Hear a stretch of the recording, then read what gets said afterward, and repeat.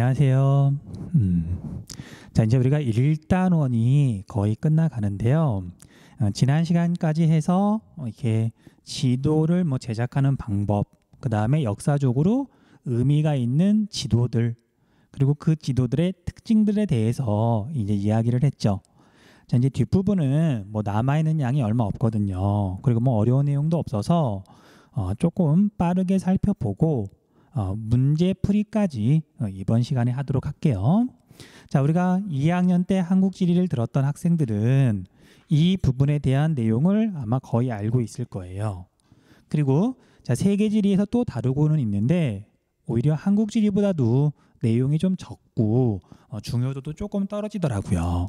자, 그래서 정말 이제 핵심만 찍어가지고 설명을 좀 하도록 할게요. 자, 이제 세상에는 굉장히 많은 정보들이 있는데 우리 지리 시간에는 당연히 지리 정보가 중요해요. 지리 정보. 자, 지리 정보는 여기 나와 있는 것처럼 어떤 장소나 지역에 대한 정보를 말하고요. 그 다음에 이런 정보를 바탕으로 그 지역의 특성 및 변화를 파악할 수 있다. 그냥 땅에 대한, 세상에 대한 정보를 알아야 그걸 응용해가지고 실제 생활에 이용할 수가 있는 거죠. 자, 그런데 이런 지리 정보에는 세 가지 종류가 있어요. 세 가지 종류. 자, 글자를 보면 아마 대충 감이 좀 올 거예요. 자, 첫 번째는 공간 정보라는 게 있는데, 공간, 어려운 단어는 아니죠. 자, 장소의 위치와 형태를 나타낸다고 돼 있는데, 이때는 주로 점이나 선이나 면을 이용해서 위치와 형태를 나타낸다. 그리고 자, 이제 구체적인 예를 조금 들어보자면 지구에서 우리나라라고 하는 공간의 위치와 형태를 나타낸다. 보통은 이렇게 나타내죠. 자, 이렇게 우리 한반도가 이렇게 생겼다라고 하는 면으로 나타낼 수도 있고요. 그 다음에 우리나라가 지구상에서 어디에 있는지, 자, 위도와 경도를 이용해 가지고 위치를 나타내기도 해요. 그래서 공간의 위치나 형태 등을 나타내는 걸 공간 정보라고 한다. 공간 정보라고 한다. 자, 그런데 이런 공간에는 속성이 있어요. 자, 우리가 속성도 어려운 말은 아니죠. 우리가 컴퓨터에서 파일의 속성 정보를 보자. 그럼 얘가 그림 파일인지 동영상 파일인지 또는 용량이 얼마나 되는지 그 파일의 어떤 성격을 말하는 거죠. 자, 그래서 속성 정보는 공간 정보의 자연적, 인문적 특성, 성격을 말한다. 자, 그래서 앞에서 우리가 이제 우리나라 대한민국을 이렇게 살펴봤다면, 자, 이제 속성 정보에서는 우리 대한민국이라고 하는 공간의 어떤 정보를 말하는 거예요. 자, 그래서 우리나라 대한민국의 인구는 5천만 명이 조금 넘는다. 그 다음에 면적은 남한만 따졌을 때는 10만 제곱킬로미터 정도가 된다. 자, 또는 우리나라 1인당 GDP는 1인당 국민 총소득은 약 3만 달러가 된다. 이런 식의 정보가 속성 정보예요. 공간 정보하고 많이 다르죠.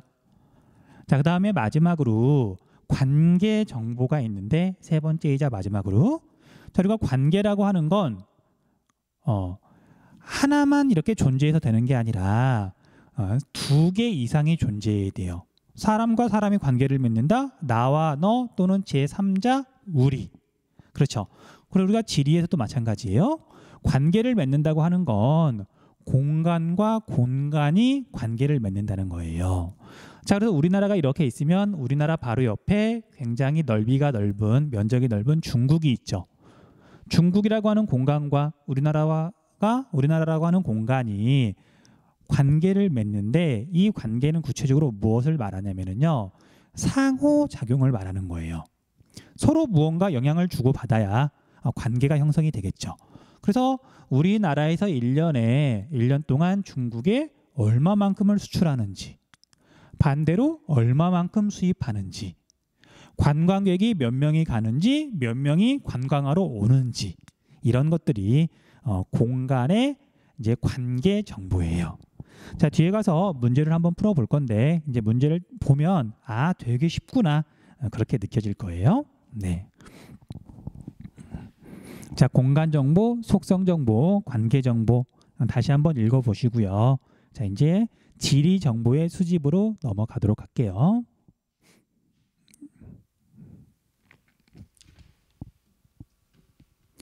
자, 이제 우리가 지리 정보를 모아서 또는 얻어서 이제 나중에 그걸 활용을 해야 되는데, 자, 이제 지리 정보를 모으는 방법에는 크게 이제 세 가지 정도가 있어요. 자, 이것도 그냥 글자를 보면 쉽게 알 수 있을 거예요. 자, 먼저 여기에서 지리 정보라고 하는 건 어떤 지역에서 얻는 정보를 말하는 거예요. 지역에서 얻는 지리 정보. 자, 그리고 첫 번째 방법은 내가 그 지역에 직접 가서 조사를 한다. 뭐 대한민국이 궁금하다. 그러면 대한민국에 직접 와가지고 뭐 여기 대한민국 사람들의 이렇게 뭐 생김새라든지 아니면 뭐 평균 식사량이라든지 아니면 그런 이렇게 평균 뭐 인상이라든지 뭐 그런 것들을 직접 살펴보는 거죠. 그리고 뭐 가서 사진을 찍거나 뭐 직접 면담을 하거나 그런 것들이 전부 다 직접 조사에 들어가요. 직접 조사.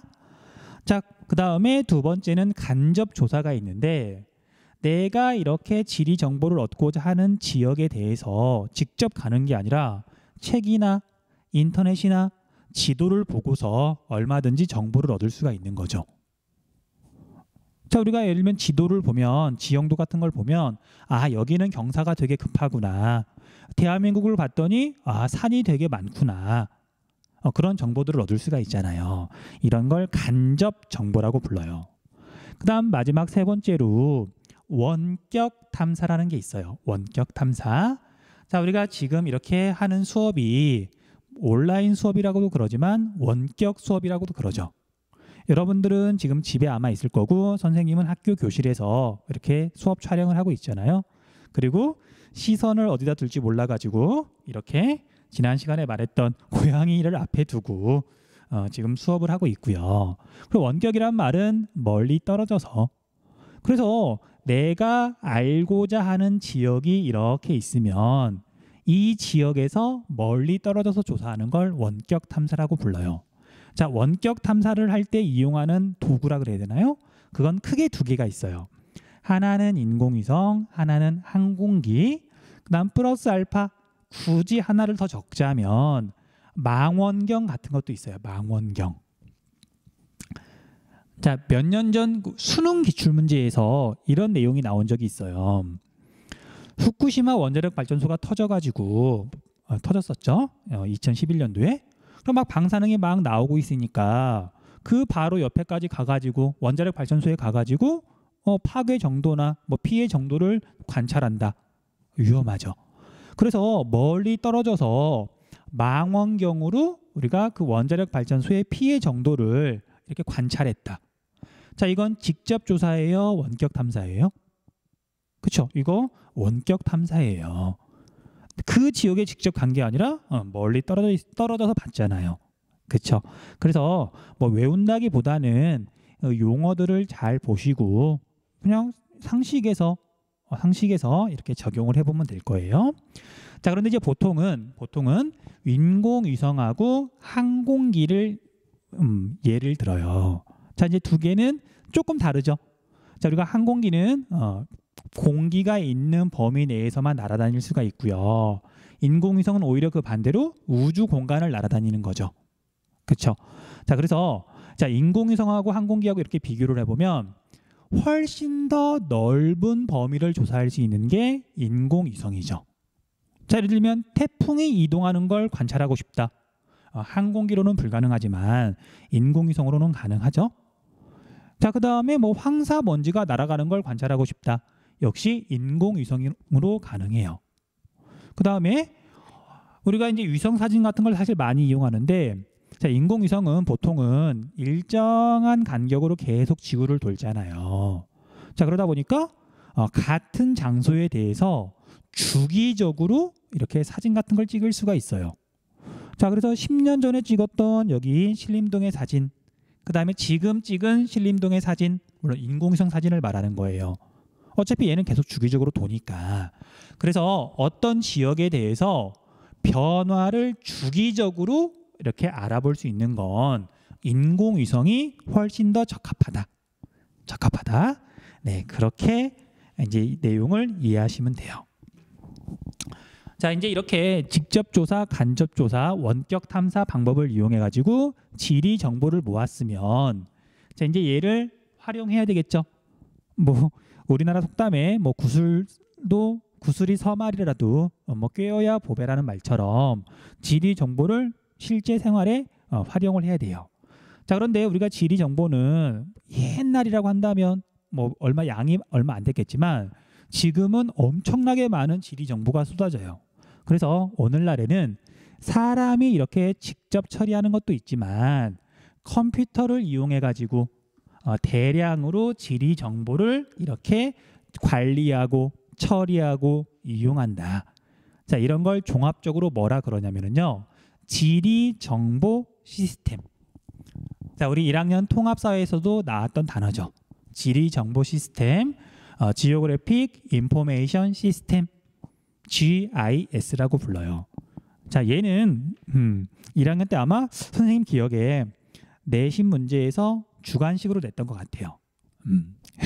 외워두세요. 자, 뭐 나머지 내용은 되게 쉬우니까 그냥 읽어보시면 돼요. 컴퓨터를 활용해 가지고 처리를 한다. 그 다음에 이런 이제 GIS의 대표적인 예가 내비게이션이에요. 내비게이션. 그리고 내비게이션이라고 하는 건 지구 표면에서 위성을 이용해서 위치를 확인할 수 있는 GPS 시스템을 활용해서 GPS를 이용하면 내 위치를 확인할 수 있어요. 그럼 이 위치 정보하고 이제 원래 만들어져 있던 디지털 지도하고 이렇게 접목을 해가지고 가장 빠른 길을 찾아가는 그런 게 내비게이션이죠. 그래서 GIS는 어쨌든 뭔가를 활용하는 거고, 자, GPS는 그냥 위치만 확인하는 거고 다르다는 거 구분 좀 해두세요. 자, 그 다음에 마지막에 있는 뭐 옛날 세계 지도와 오늘날 세계 지도의 뭐 차이점은 그냥 뭐 옛날 지도는 종이로 되어 있고, 종이로 되어 있다 보니까 뭐 수정 같은 게 불가능하고 힘들고, 그에 비해서 오늘날 세계 지도는 디지털로 되어 있고 마음만 먹으면 그냥 쉽게 수정도 가능하고 뭐 추가도 가능하고 그런 게 있더라. 자, 그 다음에 여기 잠깐만 볼게요. 자, 그런데 이제 이런 GIS 지리정보 시스템이 가끔 이제 시험 문제에 나와요. 그런데 뭐 단어를 물어보거나 뜻을 물어보거나 그런 건 아니고요. 지리정보 시스템에서 실제로 어떤 식으로 이게 여러 가지 정보를 활용해서 이렇게 인간이 이용하는지 그걸 이제 약간 단순하게 해서 물어보거든요. 그래서 이제 용어는 이제 중첩 분석이라고 말을 하는데, 중첩이란 말 무슨 뜻인지 대충 알겠죠? 뭔가 겹친다는 뜻이잖아요. 자, 그래서 어떤 지역에 대한 지도가 있으면 이 지도가 이제 여러 개가 있는 거예요. 그래서 여러 가지 조건을 따져가지고 그 조건들을 만족하는 그 가장 최적 지점, 그 지점을 찾을 때 첫 번째 조건을 만족하는 지점을 뭐 표시한 지도가 있어요. 그 다음 두 번째 조건을 만족하는 지도를 또 여기 밑에다 이렇게 깔아요. 세 번째 조건, 뭐 네 번째 조건, 뭐 조건은 더 많을 수도 있겠죠. 그래서 각 조건을 만족하는 지점을 표시한 지도들을 서로 이렇게 겹쳐서 보면 가장 알맞은 지역을 쉽게 찾을 수가 있는 거죠. 뭐 만약에 네 가지 조건이다. 그러면 네 가지 조건을 다 만족하는 지점이 있을 수도 있고, 설령 네 가지 조건을 다 만족하지 못하더라도 뭐 세 가지, 두 가지, 한 가지 그렇게 쉽게 구분해 가지고 가장 알맞은 지점을 쉽게 찾을 수 있다. 이렇게 조건을 겹쳐서 중첩해서 가장 알맞은 지점을 찾는다. 중첩 분석이라고 불러요. 중첩 분석. 자, 얘는 뒤에 가서 이제 실제로 문제를 볼 건데 미리 말하자면 이 문제는 틀릴래야 틀릴 수가 없어요. 사실 되게 쉽거든요. 그러니까 걱정하지 마시고요. 다만 요즘에는 우리 세계지리다 보니까 국가 지도를 가지고 많이 물어봐요. 근데 이제 뭐 틀리는 학생이 없다 보니까 요즘은 그 국가 이름을 알아야만 문제를 풀 수 있도록 내더라고요. 그런 경향이 조금 있어요. 그래서 여러분들 지난 영상에서 선생님이 이렇게 설명했던 뭐 나라들과 그 다음에 앱 하나 소개시켜 준 거 있잖아요. 그거 이용해 가지고 기본적인 국가 이름들, 전 세계 국가를 다 외울 필요는 없지만 꼭 알아야 되는 국가들은 반드시 알아야 돼요. 그래야 이런 문제도 가볍게 맞출 수 있으니까요.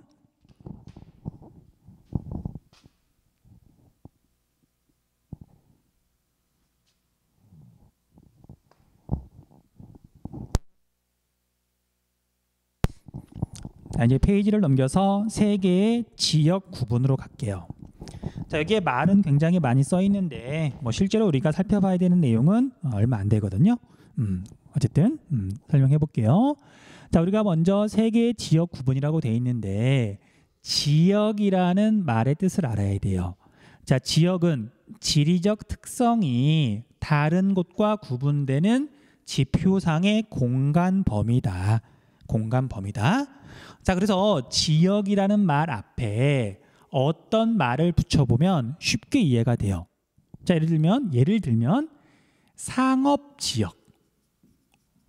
그러면 다른 공간에 비해서 그 공간에는 이렇게 상업시설이 더 많다는 뜻이 되겠죠. 자, 또는 농업지역. 그럼 당연히 여기는 농사를 주로 지을 거고, 자, 농업지역 중에서도 여기는 논농사를 주로 짓는다. 논농사 지역. 이런 식으로 구분할 수가 있는 거예요. 됐죠? 자, 우리 지역이라는 말 잘 알아두셔야 돼요. 자, 그런데 이런 지역을 구분할 때는 사실 기준이 되게 많아요. 자, 지표 공간이 이렇게 있으면, 자, 예를 들면 얘는 종교를 가지고 구분을 해요. 첫 번째 기준 예를 들면, 자, 종교를 가지고 구분을 했더니 A 종교하고 B 종교하고 이렇게 나뉘어졌어요. A 지역, B 지역이 되는 거죠. 자, 그런데 같은 지표 공간인데 기준이 달라지면 당연히 지역도 달라져요. 자, 뭐 실제로 그런 지역이 있는지 모르겠지만, 자, 여기 지역의 이제 공간에 지표 공간에 1인당 소득을 한번 이렇게 조사를 해봤더니 이렇게 경계가 생기면서 이쪽은 소득이 높은 편, 이쪽은 소득이 낮은 편 이렇게 나뉘어질 수도 있는 거죠.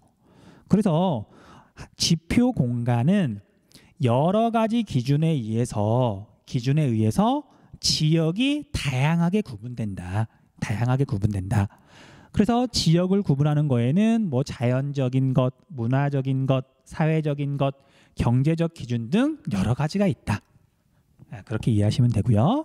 그 다음에 이렇게 지역을 구분할 때 전 세계에서 가장 넓은 지역 단위가 권역이라고 불러요. 권역. 그래서 예를 들어보면 여기 나온 것처럼 북반구와 남반구, 지구를 딱 두 개로 나눈 거죠. 선진국과 개발도상국 이런 식으로 나누는 게 권역이다. 자, 그 다음에 이렇게 권역을 구분할 때는 자연적인 거, 문화적인 거, 기능적인 것들을 다 고려해가지고 권역을 구분할 수 있고요. 그 다음에 어떤 기준을 썼느냐에 따라서 권역 구분은 완전히 달라질 수도 있는 거죠.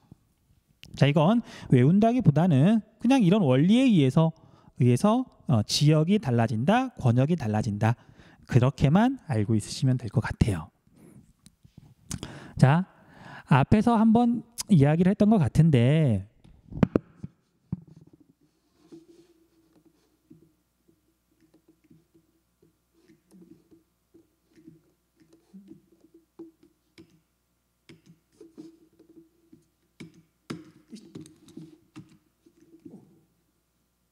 너무 굳었다.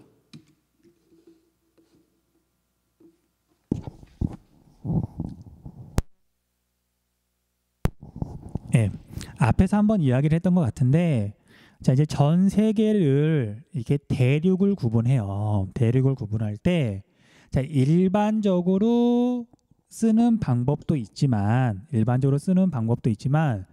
사람에 따라서는 다르게 주장하기도 하거든요.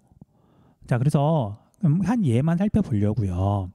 자, 그래서 우리가 이제 아시아하고 유럽을 구분할 때 우랄 산맥을 경계로 많이 삼지만 여기 나온 것처럼 흑해를 기준으로 삼는 사람들도 있어요. 뭐 그렇게 주장하는 사람들도 있어요. 그 다음에 아시아하고 아프리카하고 이렇게 구분할 때 자, 여기에 있는 수에즈 운하를 기준으로 아시아와 아프리카가 구분된다라고 말하는 사람이 있고요. 그 다음에 이집트는 아프리카에 주로 속해 있으니까 이집트하고 여기 옆에 있는 이스라엘하고 그 국경선을 기준으로 아시아와 아프리카를 구분하자라고 하는 사람들도 있어요. 그 다음에 이쪽으로 와가지고 아메리카를 봤더니 여기 리오 그란데 강을 기준으로 앵글로 아메리카와 라틴 아메리카로 구분하기도 하고요.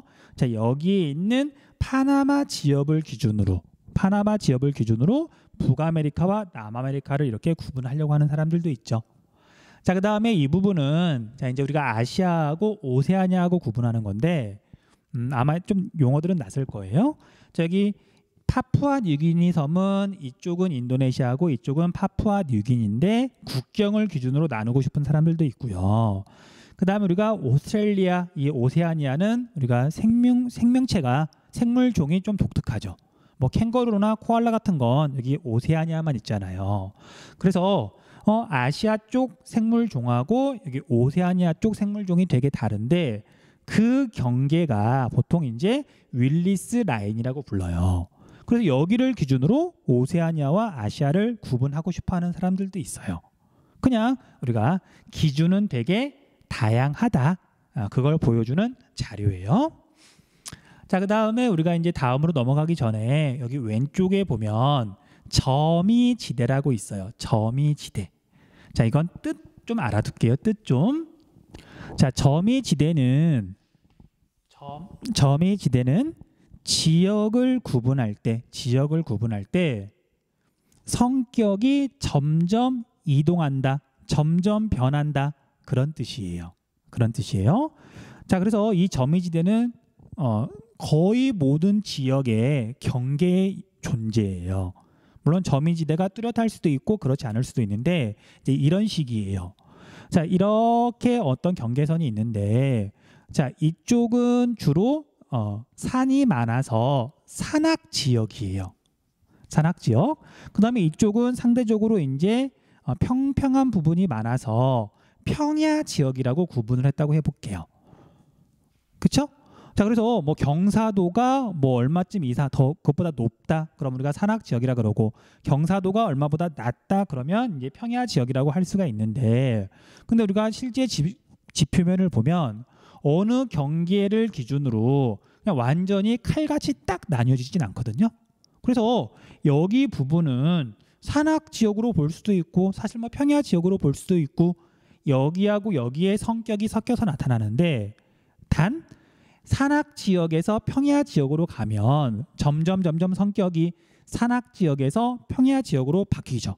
그래서 산악 지역과 평야 지역의 이 중간 부분 여기를 점이 지역이라고 불러요. 또는 점이 지대라고 불러요. 점이 지대. 그다음 이런 것도 있어요.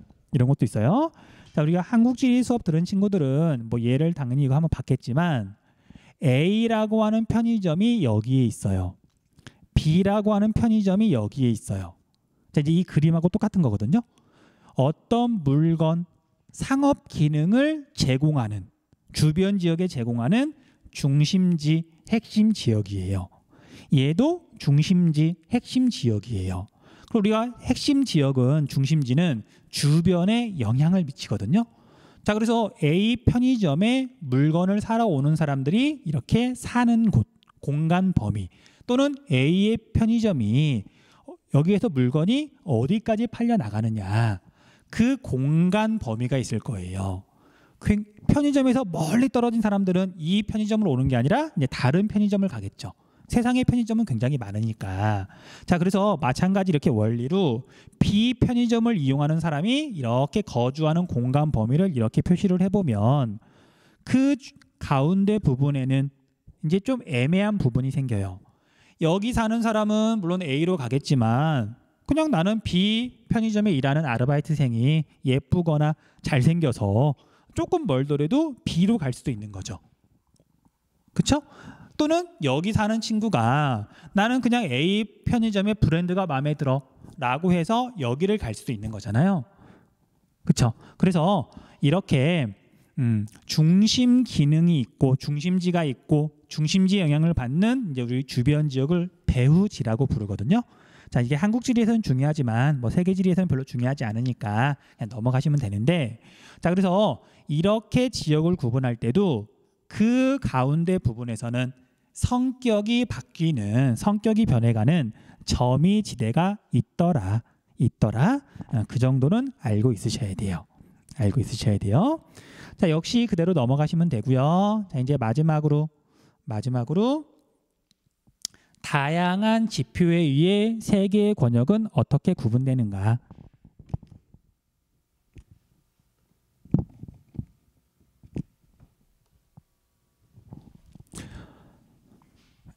를 지금 띄워놨는데, 자, 이 부분에 대해서 설명할 건 사실 없어요. 자, 밑에 있는 설명도 굳이 읽어볼 필요는 없고요. 자, 이걸 이해하려면 우리가 이제 사실 세계지리 수업을 교과서를 저기 마지막 부분까지 다 배운 다음에라야 여기를 제대로 이해할 수가 있어요. 자, 그래서 지금 여기는 넘어가시면 되고요. 다만 딱 한 가지만, 자, 이제 우리가 보통은 세계를 구분할 때는 이렇게 구분을 하는데, 우리가 문화라고 하는 건 굉장히 여러 가지를 고려해 가지고 만들어지는 거잖아요. 그래서 지금까지는 보통 이렇게 구분을 했어요.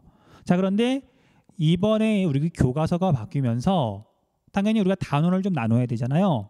그 단원을 구성하기 위해서 약간 임의로 그냥 세 개의 지역을 이렇게 나눠 놨더라고요. 자, 옳고 그런 게 있는 게 아니라 그냥 목적에 따라서, 필요에 따라서 사실 뭐 이렇게 구분하는 것도 많이 달라질 수 있더라. 됐죠? 자, 한번 봐보세요. 자, 몬순 아시아와 오세아니아를 하나로 묶어놨는데 아시아하고 오세아니아하고 하나로 묶을 수 있을까요? 사실? 왜 묶었을까요? 사실 지리 선생님인 내가 보기에 그냥 우리가 단원을 구성하는 데 있어서 단원 수가 너무 많아지면 보기에도 안 좋고 너무 이렇게 지저분하고, 그러니까 나머지 거 묶을 거 묶고 그냥 아시아하고 특히 오세아니아는 뭐 나라가 몇 개 안 되니까, 인구도 얼마 안 되니까 그냥 여기 옆에 있는 아시아에 붙여버린 거예요. 자, 아무튼 그래서 이 부분은 세계지리 뒷부분에 가면 단원별로 구성이 되어 있으니까 그때 가서 다시 보도록 할게요. 자, 그러면 뭐 영상은 아마 이어붙일 테지만 선생님 기준으로 잠깐만 쉬었다가 뒤에 있는 문제풀이 부분 한번 볼게요. 네.